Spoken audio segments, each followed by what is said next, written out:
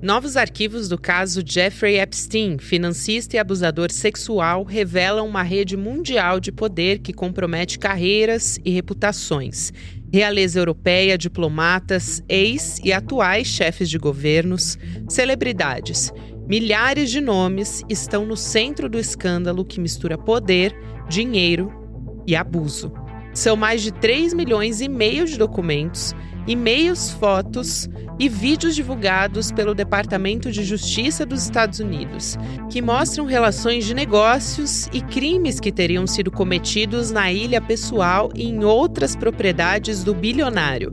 O nome do presidente dos Estados Unidos, Donald Trump, aparece mais de 5.300 vezes nos documentos.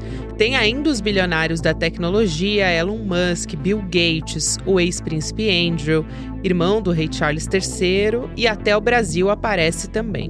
As investigações contra Epstein começaram em 2005, depois de uma denúncia feita pela mãe de uma menina estadunidense de 14 anos. Ele foi condenado em 2008 por liderar uma rede de exploração e tráfico sexual.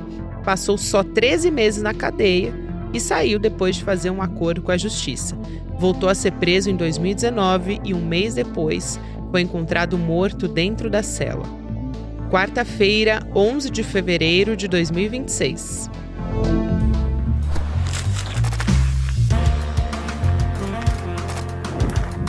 Sou a Gabriela Varela, esse é o Momento de Análise, e aqui mais informação da atualidade.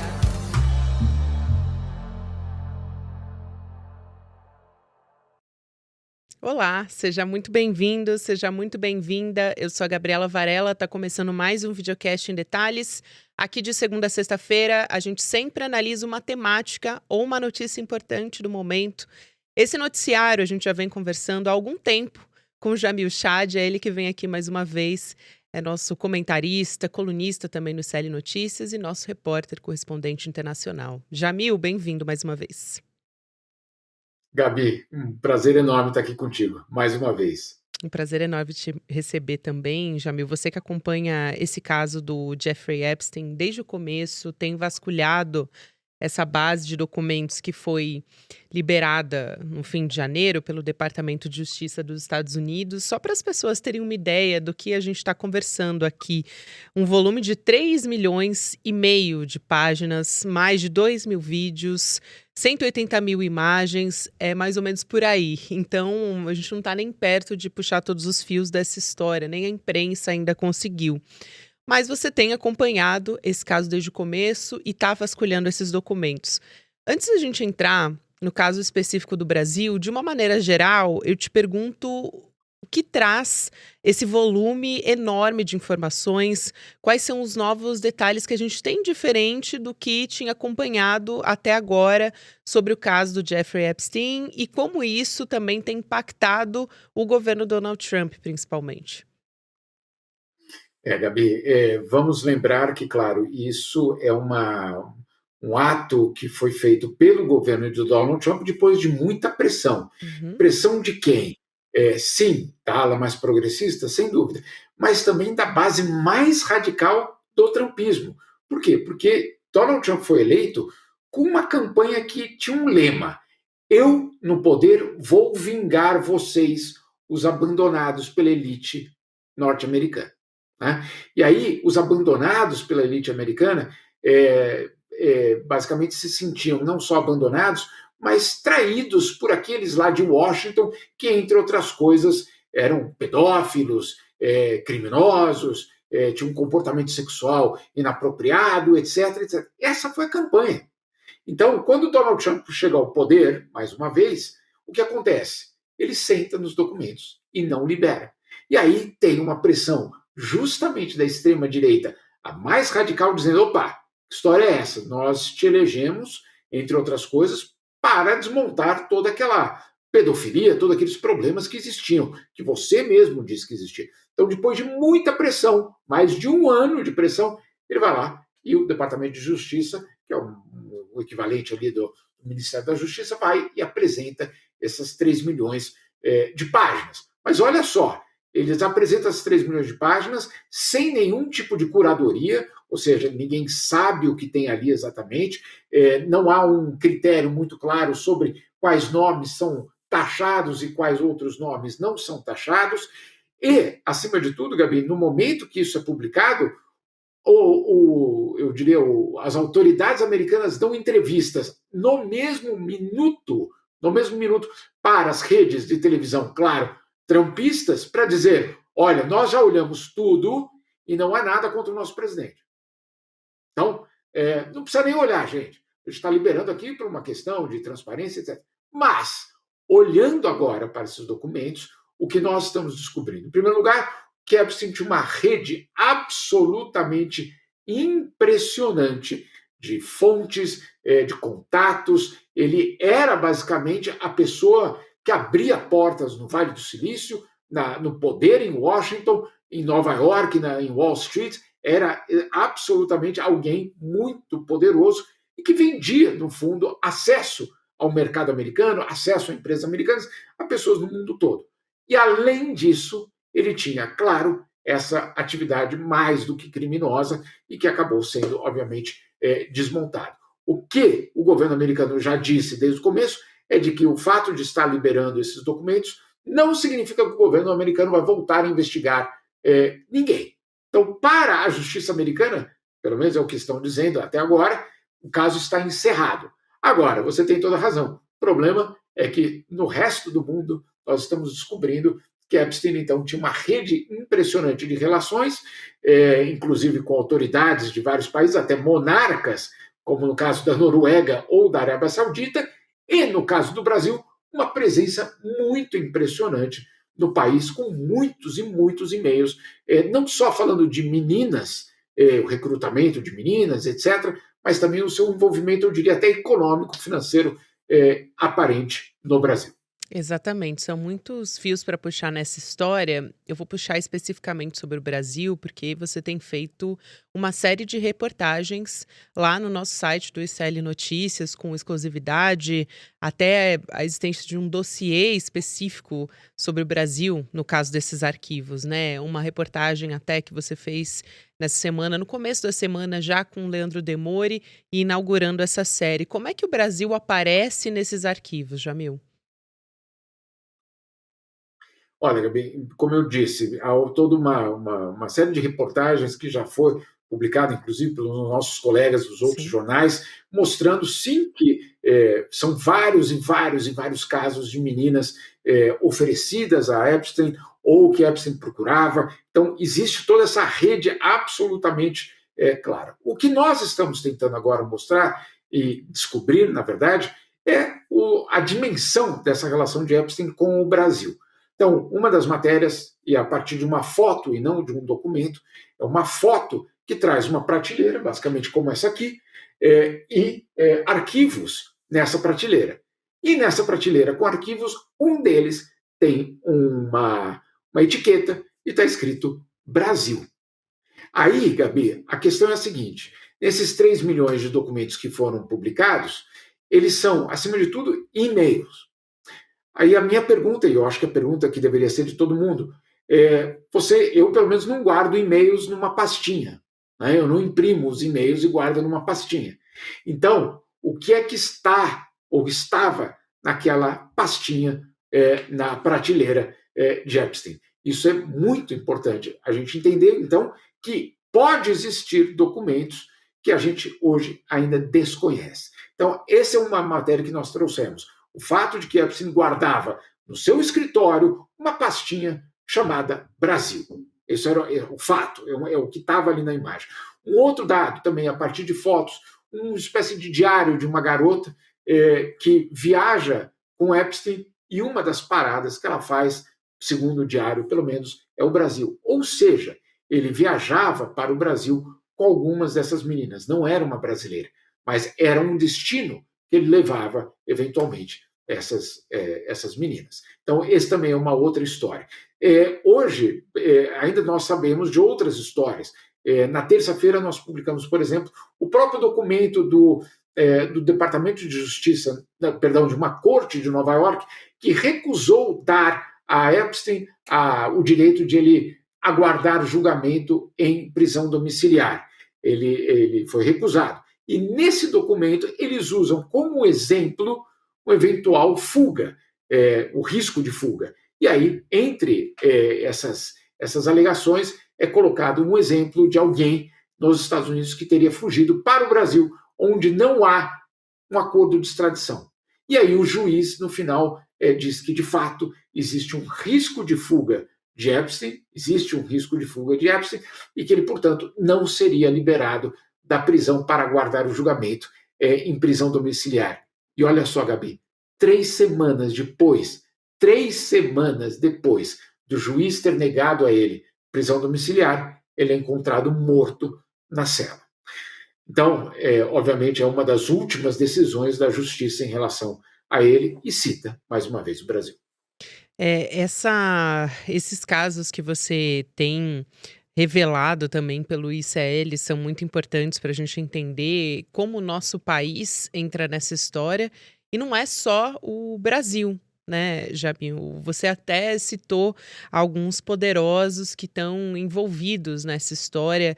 Tem um escândalo do Morgan McSweeney, chefe de gabinete do premier do Reino Unido, que acabou renunciando por pressão, por ter indicado o ex-embaixador do país nos Estados Unidos, o Peter Mandelson, que ocupou esse cargo diplomático.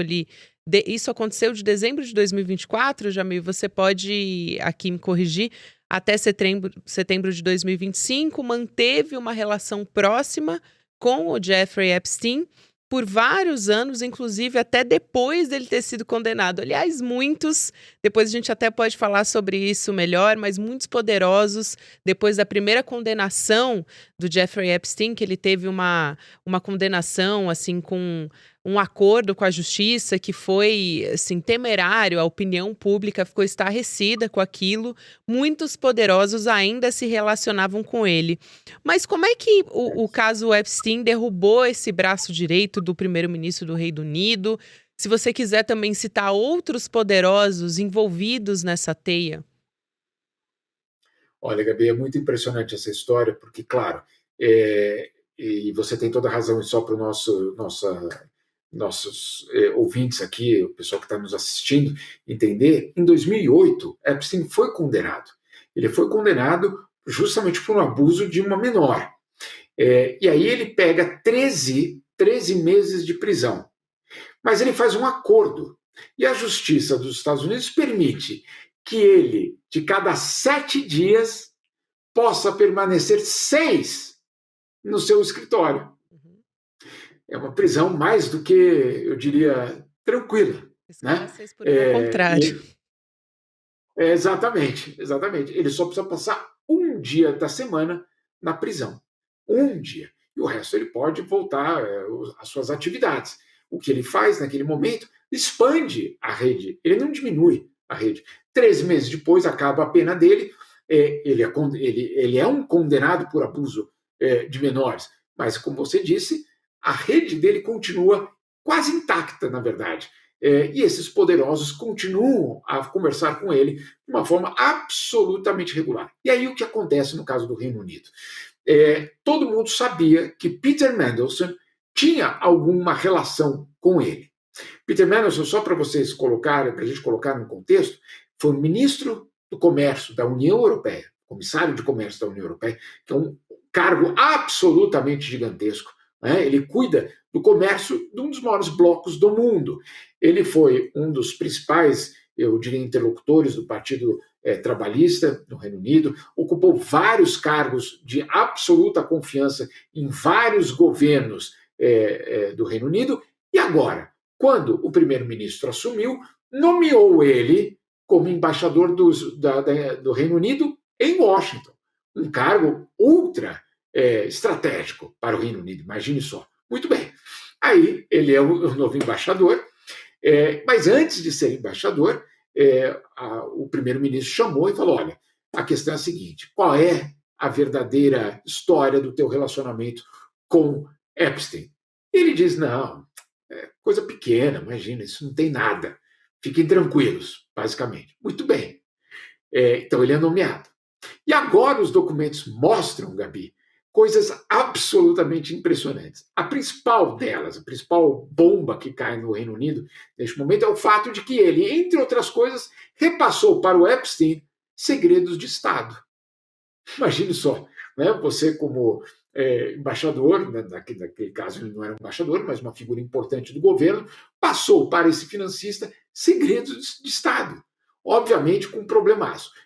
Outros documentos mostrando que, claro, ele mentiu para o governo. Por exemplo, e é o que nós estamos trazendo hoje, ele consultou o Epstein, Mandelson consultou o Epstein, porque ele queria comprar um apartamento em Ipanema, né, em 2010, depois da condenação do Epstein.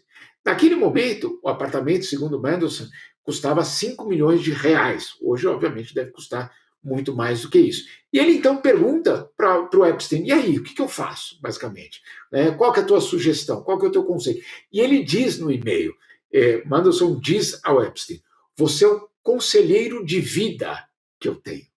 Conselheiro de vida. Então, olha só, esse rapaz que diz que inicialmente não tenho nada a ver com ele, nem conheço, etc. De repente chega e-mails e comunicações mostrando que a relação era absolutamente próxima. Então, ele cai, obviamente, ele não é mais embaixador, mas agora uma pressão gigantesca contra o primeiro-ministro britânico, porque, claro, nomeou para Washington alguém que estava vinculado a um abusador.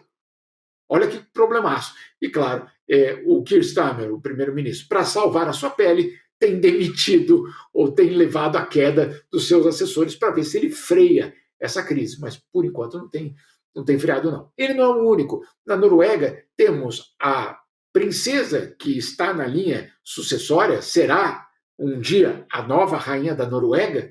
Ela é citada mais de 1000 vezes nos documentos. Mais de 1000 vezes depois da condenação de Epstein. Então, como você vê, aqui na Suíça, por exemplo, só mais um detalhe, no Fórum Econômico Mundial, aquele que organiza aquele evento em Davos todos os anos, o CEO do Fórum Econômico também ali nos documentos. Então, é obviamente uma rede impressionante de contatos e de relacionamento que Epstein criou. É também interessante, né, Jamil? A gente estava falando aqui sobre como ele voltou para a sociedade, para essas relações de poder, como se nada tivesse acontecido. Tem trocas de e-mails também, que tem um envolvimento menos direto, mas funcionam ali como uma curiosidade de como é que funcionava essa teia. Claro que tem encontros que citam o caso do Bill Clinton, acho que é um dos mais conhecidos nessas reportagens e nesse vasculhamento que tem sido feito a partir dos documentos. O próprio Donald Trump, acho que você vai poder explicar muito melhor do que eu, o príncipe Andrew do Reino Unido, enfim. Até trocas de e-mails, a gente falava agora há pouco do Brasil, né, Jamil? Citando, por exemplo, o Jair Bolsonaro, mas aí num contexto político de citação, porque ele trocava e-mails com o Steve Bannon, que era um articulador da extrema-direita, um grande articulador, ainda tem esse papel, mas não tão próximo do Donald Trump quanto já foi. Mas citando, então, Jair Bolsonaro como esse expoente da extrema-direita. Da mesma maneira que ele trocava e-mails até com o Noam Chomsky, enfim. Apareceram vários personagens nessa história, essa rede de troca de e-mails que são citados é muito vasta. E a partir daí também, eu acho que vale a pena... até, desculpa me alongar aqui, Jamil, mas acho que uma coisa é muito ligada à outra, então não dá para eu deixar de dizer que tem muitas teorias da conspiração e desinformação a partir daí, que pegam só um pedacinho da história, até porque são muitos arquivos, e não contam essa história de maneira completa. Então, nem todos os nomes que aparecem ali são envolvidos em crimes sexuais. Eu acho que isso precisa ser dito e precisa estar claro, até por um compromisso com a informação também, né? Sem dúvida, sem dúvida. E é importante que você diga isso, porque não é todo mundo que aparece no e-mail que tem algum tipo de relacionamento com alguém que cometeu esses crimes. Isso é verdade e eu acho que isso é importante a gente colocar. A outra questão, Gabi, são pessoas que, sabendo dos crimes e da condenação de Epstein, optaram por manter a amizade, eu diria mais do que amizade, a parceria e às vezes até negócios, né, com alguém que era um abusador de menores. já era sabido que essa pessoa era um abusador de menores. Então, é complicado nesse sentido, não porque a pessoa tinha ido para a ilha de Epstein e teria se aproveitado também das festas que ele dava com essas meninas. Não por isso só. Isso seria gravíssimo, seria um crime. Agora, é a cumplicidade que ele criou, né? A cumplicidade de talvez dezenas de poderosos pelo mundo que, claro, de uma certa forma, foram adiante com a amizade, com a parceria, com os negócios, apesar do caráter criminoso daquele sujeito. Então, esse é o, vamos dizer assim, o problema. Te dou outro exemplo de dois noruegueses, dois diplomatas noruegueses, uma diplomata e um diplomata. Eram as pessoas, para você ter uma ideia, que costuraram os acordos de Oslo, aqueles acordos entre palestinos e israelenses nos anos 90, que eram acordos absolutamente extraordinários como esperança de uma paz no Oriente Médio. Estavam envolvidos com Epstein, não pelos abusos, não por essa parte, mas por manter o contato com ele mesmo depois das condenações. E aí, obviamente, o governo da Noruega não teve outra alternativa senão a de demitir esses diplomatas, por melhor que eles fossem, porque, claro, exige daqueles diplomatas uma coisa fundamental: confiança. Se a partir de agora tem esse carimbo de relacionamento com Epstein, que confiança, qual credibilidade esse negociador vai ter? Para você ter uma ideia também, no que se refere à Noruega, tem uma pergunta no ar. Essa princesa que um dia vai ser rainha, tem condição de ser rainha, apesar de tudo isso que ela sabia? Todos têm ido por uma justificativa de que foi um erro de julgamento. Mas eu acho que, sinceramente, todos nós precisamos perguntar se a gente sempre faz esse julgamento correto no sentido de afastar um violador, se afastar de um criminoso, de um abusador de menores. É uma pergunta que é para a sociedade inteira. Eu quero trazer um caso recente, que é da ex-namorada do Jeffrey Epstein e também cúmplice dele, que é a Ghislaine Maxwell, que está presa por aliciar as vítimas desse caso, e ela se recusou a depor no Congresso dos Estados Unidos. Então, quero te ouvir um pouco sobre esse componente da história e também entender, acho que a Adriana Ferreira, que trabalha com a gente aqui no N1, fez uma pergunta muito pertinente, eu queria endereçar você também, para tentar entender por que a Ghislaine ela é a única presa nesse caso. Olha, essa é uma excelente pergunta e é, obviamente, uma inversão impressionante, que a única pessoa presa hoje é uma mulher. Né? É muito impressionante que essa história tenha uma pessoa só presa neste momento. Sim, o Epstein estava preso, é verdade, etc., mas hoje é a única. Ela se recusou a falar. Obviamente, o sistema judiciário americano é muito complicado, mas, acima de tudo, ela só aceitaria falar se ela recebesse uma anistia de Trump. Essa foi a condição para ela falar. Como ela não recebeu, ela optou por permanecer em silêncio. Essa foi o quiprocóvio, eu diria, dessa relação, para a gente entender. Eu não tenho todos os detalhes, mas sim, ela fez parte da rede de aliciamento. Então, sim, não é porque ela não cometeu crime, não, ela cometeu, isso está absolutamente provado. Agora, a questão toda é, por exemplo, porque não existe uma tentativa de ter uma delação da parte dela. Né? Por quê? Por que condená-la, encerrar o caso e dizer você está condenada e ponto final? Por que não continuar e saber quem mais fazia parte disso tudo? E aí a gente precisa lembrar que no momento que o Departamento de Justiça publica os 3 milhões de documentos, ele imediatamente diz: não vou mais investigar ninguém. Não sei se eu estou me fazendo entender aqui, mas obviamente existe pelo menos uma suspeita de um pacto, né, entre quem? É difícil a gente especular, não vou contribuir para a especulação. O fato é de que uma rede dessa dimensão, com tanta gente envolvida, não ter mais ninguém investigado, é algo que, obviamente, surpreende. Agora, você falou desse pacto entre poderosos, etc. Gabi, o pacto começa no bairro, né? Na escola, na faculdade, no escritório, de trabalho, né? É que ali nós estamos falando de uma dimensão de poder e de dinheiro que eu, pelo menos, não tenho. Eu nem sei quanto que é aquilo ali que eles movimentam, quanto que é em português. Né? Eu não consigo entender. Mas, obviamente, só a dimensão disso tudo elevada a um exponencial que nós não estamos acostumados. Mas pactos, eles existem, né, no bar, na discoteca, em tantos outros lugares. E isso sim, a gente pode fazer alguma coisa. E aí, essa mesma pergunta que eu te faço, muito rapidamente, Jamil, acho que você pode me dar essa resposta, mas tem essa matéria que foi divulgada pela Associated Press dos memorandos da investigação do FBI, né, mostrando que a Polícia Federal americana não encontrou evidências suficientes de gerir a rede de tráfico sexual para criminosos. Então, eu te pergunto se é esse mesmo modus operandi, se tudo isso que a gente está conversando aqui, a ausência de provas, fica meio difícil, né? Assim, é uma proteção, me parece, de poderosos, né? De pessoas realmente muito, muito poderosas. Sem dúvida, Gabi. Eu acho que essa é uma matéria muito importante. Ela mostra que basicamente houve uma constatação de que não tinha mais por que seguir adiante com a investigação. É muito revelador quando depois você olha e vê tudo que aconteceu, tantas vítimas, etc.